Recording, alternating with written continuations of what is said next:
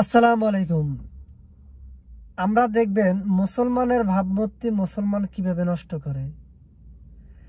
বিভিন্ন এতিমখানা দেখবেন যে বিভিন্ন জায়গার মধ্যে এতিমখানার মধ্যে দেখবেন যে ভিডিও বানায়, এগুলা ছাড়ে যে খাবার নাই, ও নাই, সে নেই।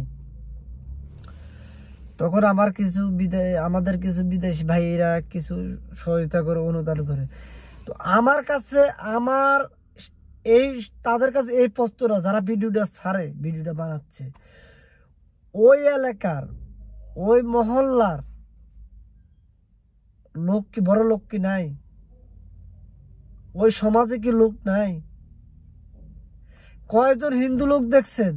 কয়জন অমুসলিম লোক দেখছেন? কয়জন বৌদ্ধ লোক দেখছেন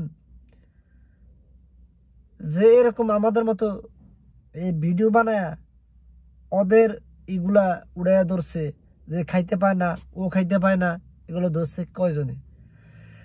আপনি যে এলাকায় থাকেন, এই এলাকায় সমাজ থেকে টাকা উড়ায় ওকে স্বাবলম্বী করেন। উড়াবেন কিভাবে আপনারা? আপনাদের মনের ভিতরেই তো হিংসা। আপনারা এই ভিডিও বানাইয়া প্রবাসীদের কাছ থেকে, বিভিন্ন লোকের কাছ থেকে টাকা কামাই করেন। এমনি ভাবে আপনি দুইটা ভিউ কামানোর জন্য, ফেসবুকে ইউটিউবে টাকা কামানোর জন্য এই ভিডিওগুলো বানাচ্ছেন। তাই কি লাভ হইল? আপনি কি মনে করেন যে তার যে উপকারটা করলেন, উপকারের থেকে আপনি তার ইসলামের ক্ষতিটা আপনি বেশি করলেন? তখনকার মানুষ মনে করে কি, অমুসলিম ভাইরা মনে করে কি, যে মুসলমান ভিক্ষা করে, ও খাইতে পায় না, মসজিদের টাকা মাইরা দেয়, এ মাইরা দেয়, সে মাইরা দেয়। তখনকার মানুষের ভিতরে এই সংস্কার গুলো জাগে।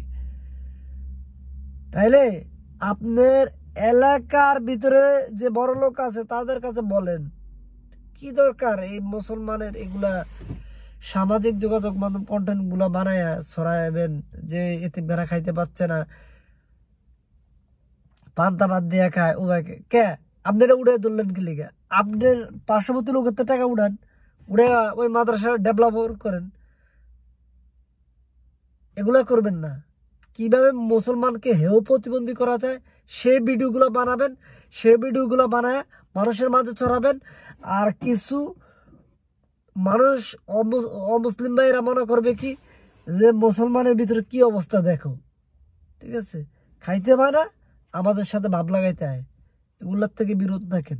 মুসলমানের ভাবমূর্তি নষ্ট করবেন না।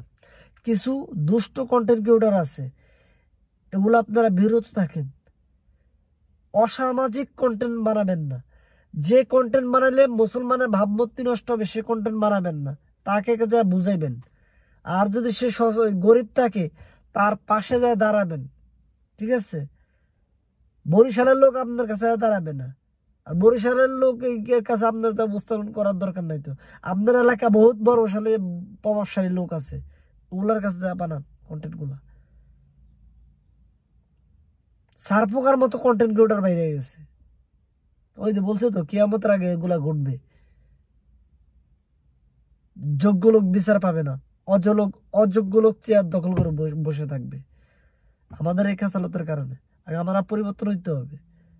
আর মুসলমানের ভাবমূর্তি নষ্ট করবেন না কেউ, অনুরোধ করলাম। আর আউল ফাউল ভিডিও বানাবেন না। সবাই ভালো থাকবেন, সুস্থ থাকবেন। আসসালামু আলাইকুম।